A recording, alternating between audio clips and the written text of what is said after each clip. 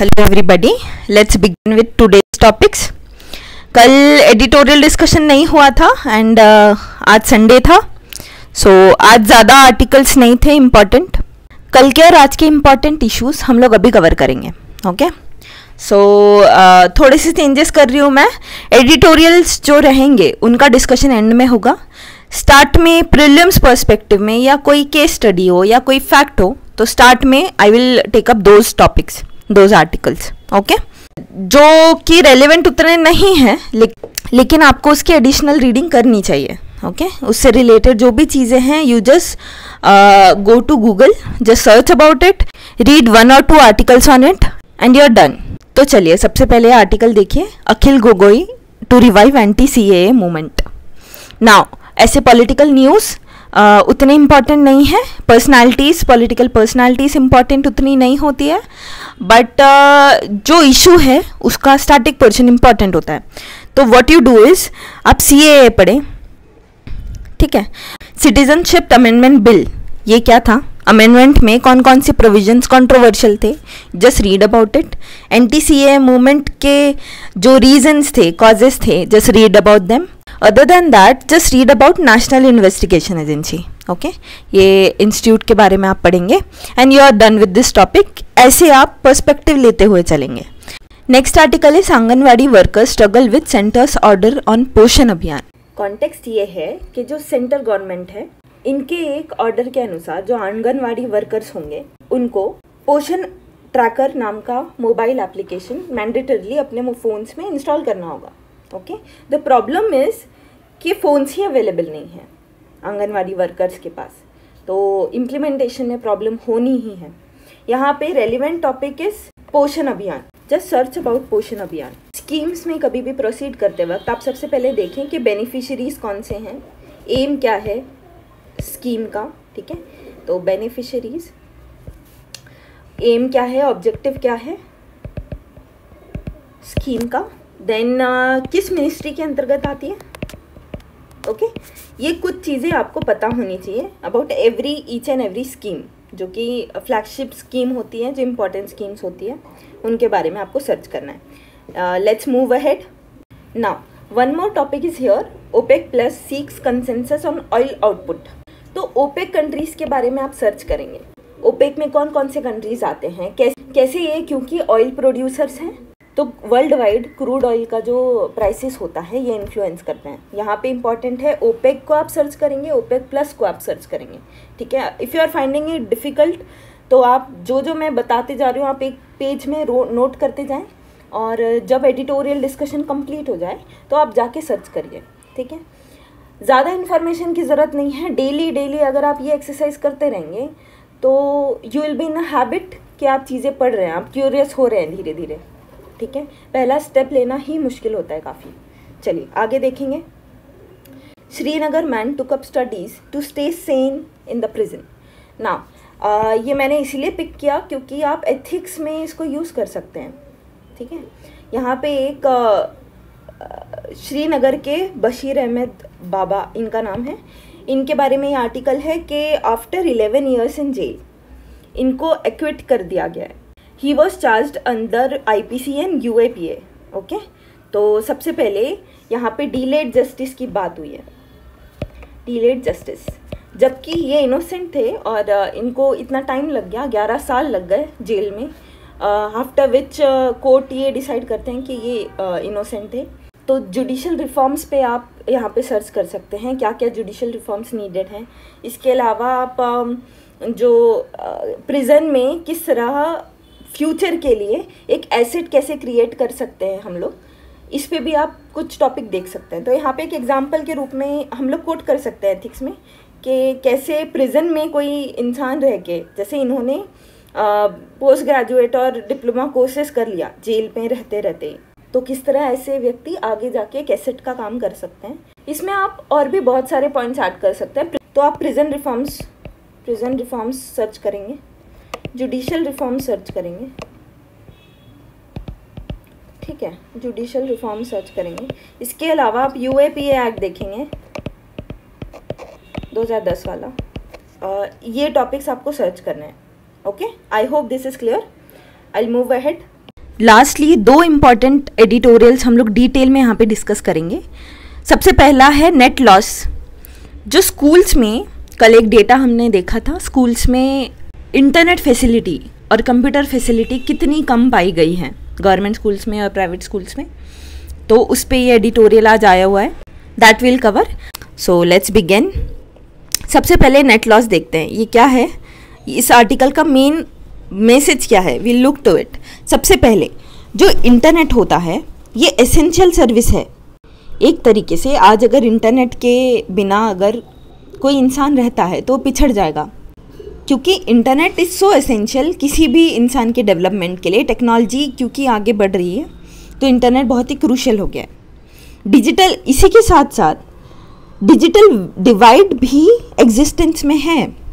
Rural areas में internet की facilities नहीं हैं बनिस्बत जितनी अर्बन एरियाज़ में है, तो डिजिटल डिवाइड भी है। डिजिटल डिवाइड के कारण एजुकेशनल डिवाइड, अगर मैं बोलूँ एजुकेशनल इनइक्वालिटी, ये बढ़ते जा रही है, क्योंकि we are depending on online classes, online learning, जिसके थ्रू एक्चुअली हाइब्रिड लर्निंग की तरफ गवर्नमेंट ध्यान दे रही है। हाइब्रिड लर्निंग मतलब फिजिकल इंफ्रास्ट्रक्चर यूज़ करके भी लर्निंग की जाए और इसी तरह वर्चुअली भी कुछ चीज़ें लर्न की जाए। एक तरीके से एक इंटरडिसिप्लिनरी अप्रोच लिया गया एजुकेशन में। अब जो ये अप्रोच है, इसका जो फाउंडेशन है, फाउंडेशन तो नेटवर्क ही है, इंटरनेट है, कंप्यूटर सिस्टम है, इंफ्रास्ट्रक्चर है। अब वही इतना दयनीय स्थिति में होगा तो क्या ही करेंगे, है ना। सो ये टॉपिक डील कर रहा है कि किस तरह कंप्यूटर और इंटरनेट फैसिलिटीज़ स्कूल्स में अवेलेबल नहीं है। अब ये कैसे पता चला, तो एजुकेशन मिनिस्ट्री के द्वारा एक रिपोर्ट रिलीज़ की गई। इस रिपोर्ट का नाम unified district information system for educational plus. इस रिपोर्ट के तहत क्या है, मैं कुछ डेटा अभी फिर से यहाँ पे रिपीट कर रही हूँ। कल हमने इम्पॉर्टेंट टॉपिक्स पे देखा ही था और आज देखिए एडिटोरियल आ गया उस पर, तो है इम्पॉर्टेंट डेफिनेटली। सबसे पहले 22% of schools they have internet. 22% of schools have internet. ये स्टार्ट और भी कम हो जाता है when it comes to public schools, government schools, तो 11% है गवर्नमेंट स्कूल में, which is very very less. Okay, now computer की मैं बात करूँ तो 37% of private schools in general की मैं बात करूँ, नेशनल एवरेज जो है कंप्यूटर्स का, तो 37% ऑफ स्कूल्स हैव इट। उसी के अगेंस्ट 28% है पब्लिक स्कूल्स में कंप्यूटर की सुविधा, which is again very concerning.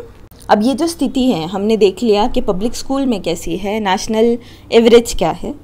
ये स्थिति स्टेट वाइज भी डिफ़र हो रही है। कैसे डिफ़र हो रही है, जहाँ पे दिल्ली में 85% स्कूल्स हैव इंटरनेट फैसिलिटी, वहीं बिहार में only 8% schools have internet facility. तो 85, ये देखिए आप डिवाइड कितना है, देखिए 85% है दिल्ली में, ओनली 8% है बिहार में। तो ये स्टेट में ही कितनी इनइक्वालिटी है, यहाँ पे आप कंसर्निंग बात है, ये ध्यान में रख सकते हैं, और जहाँ पे भी रेलेवेंट लगे you can just right it. Okay, इसके अलावा मैं बात करूँ तो जो टीचर और स्टूडेंट है, ना ही सिर्फ student but teacher also have to have knowledge about various stuff, ठीक है, जो एजुकेशन से रिलेटेड है, जो कि इंटरनेट ही प्रोवाइड करेगा। अब अगर स्कूल्स में अवेलेबल नहीं है internet, how will they access it, और अगर वही एक्सेस नहीं कर पाएंगे तो वो बच्चों को क्या पढ़ाएंगे। तो दोनों को एक तरीके से डिप्राइव किया जा रहा है पैंडमिक में, जबकि ऑनलाइन चीज़ ही सबसे ज़्यादा रिलेवेंट हो गई है। और इंटरनेट होना सिर्फ एक बेसिक एजुकेशन फैसिलिटी नहीं देता है, वो आपके सोशल स्किल्स पे डेवलप करता है। In a way you are connected to many people, you coordinate with them, तो सोशल स्किल जो सॉफ्ट स्किल कहा जाता है वो भी डेवलप होती है। यहाँ पे सॉल्यूशन की मैं बात करूँ तो ये एडिटोरियल में बोला जा रहा है कि नेशनल ब्रॉडबैंड मिशन, इसको ठीक से इम्प्लीमेंट करना चाहिए। इसके अलावा BSNL और अदर सर्विस प्रोवाइडर्स के थ्रू जो स्कूल्स में इंटरनेट फैसिलिटी है ये देनी चाहिए। ओके, देन नेक्स्ट आप पब्लिक फंडिंग यूज़ कर सकते हैं, कॉर्पोरेट सोशल रिस्पॉन्सिबिलिटी के थ्रू फंड रेज कर सकते हैं। अदर देन दैट जो कंप्यूटर्स हैं बेसिकली स्कूल्स में प्रोवाइड किए जा सकते हैं अगर जो मैन्युफैक्चरर्स हैं वो ठीक से रिसाइकल करें, पुराने जो कंप्यूटर्स होते हैं उनको रिसाइकलिंग सही से हो, देन डोनेशन के थ्रू भी ये फैसिलिटीज़ अवेल हो सकती है। तो in all very important topic, अच्छे पॉइंट्स थे इसमें, you can read it also. ठीक है, I have covered each and every important point here. चलिए नेक्स्ट वाला देखेंगे। आज का लास्ट टॉपिक देखें, rural power solution even other states can emulate. Other states can emulate किसका? राजस्थान का। नाउ मैं डिटेल में बताती हूँ कि जो राजस्थान की पावर रेगुलेटर है, जिसे क्या कहते हैं, राजस्थान इलेक्ट्रिसिटी रेगुलेटरी कमीशन, इनका एक विजन है। इनका विजन है रूरल इलेक्ट्रिफिकेशन को लेके। कैसे रूरल इलेक्ट्रिफिकेशन यहाँ पे कंप्लीट होगा, इनका एक खुद का विजन है। इन्होंने ऑर्डर दिया है कुछ डिस्कॉम्स को। डिस्कॉम्स इज डिस्ट्रीब्यूशन कंपनीज जो हैं इलेक्ट्रिसिटी की, उनको डिस्कॉम्स कहते हैं। उनको ये ऑर्डर है कि आप क्या कीजिए, आप जो स्कूल्स हैं या पब्लिक प्लेसेस है जैसे hospital, railways, bus stops, panchayat भवन, आप ये प्लेसेस सोलराइज कीजिए क्योंकि ये अनइलेक्ट्रीफाइड है। ओके, अब मैं यहाँ पे थोड़ा सा बैकग्राउंड में लेके जाती हूँ, कुछ डेटा बताती हूँ जिससे आपको थोड़ा क्लियर होगा। सबसे पहले जो 2020 का एक डेटा है जो बताता है कि इंडिया में 96% rural house holds, notice rural house holds, ये इलेक्ट्रीफाइड हो चुके हैं। 96% इलेक्ट्रीफाइड होना मतलब जो इलेक्ट्रिसिटी ग्रिड है यहाँ तक पहुँच चुके हैं। अब बहुत सी प्रॉब्लम ये होती है कि पावर सप्लाई ही नहीं है, ग्रिड का क्या करेंगे, ठीक है, रिलायबल ही नहीं है ग्रिड। वो सारा दूसरा टॉपिक है, उसके इश्यूज अलग से आएंगे। Now coming back to the topic, RERC का ये ऑर्डर क्यों है, तो इसके मल्टीपल रीज़न ये एडिटोरियल में ऑथर्स देते हैं। सबसे पहले तो RERC ने ये कहा कि आप सोलराइज कीजिए ये पब्लिक प्लेसेस, इसमें आप सोलर पैनल्स यूज़ करें। हाँ, यही होता है सोलराइज करना, रूफ टॉप सोलर पैनल्स होते हैं। Then you also add batteries to them, batteries भी आप यूज़ करें ताकि जो पावर जनरेशन हो रही है उसे स्टोर किया जा सके। अब ये पब्लिक प्लेसेस में स्टोर्ड हैं और रूरल एरियाज में पब्लिक प्लेसेस बहुत इंपॉर्टेंट होती हैं। वहाँ पे लोगों का जीवन जुड़ा हुआ होता है, काफ़ी ज़्यादा जुड़ा हुआ होता है as compare to urban areas. तो पब्लिक प्लेसेस लाइक स्कूल्स वो सिर्फ पढ़ाई के लिए नहीं होते, कभी फ्लड आ गया तो लोग वहाँ भाग के जाते हैं टू सेव देमसेल्व्स, और बहुत सी ऐसी सिचुएशन आ गई तो वो एक्सेसिबल है ना रूरल एरियाज़ में। वहाँ पे अगर स्टोरेज हो, वहाँ पे इलेक्ट्रिसिटी अवेलेबल हो हमेशा, तो it will be very good, जबकि ऑलरेडी अनरिलायबल सप्लाई है इलेक्ट्रिसिटी का रूरल एरियाज़ में। तो दिस इज़ वेरी गुड। जो विज़न है राजस्थान का वो काफ़ी इनोवेटिव विज़न है।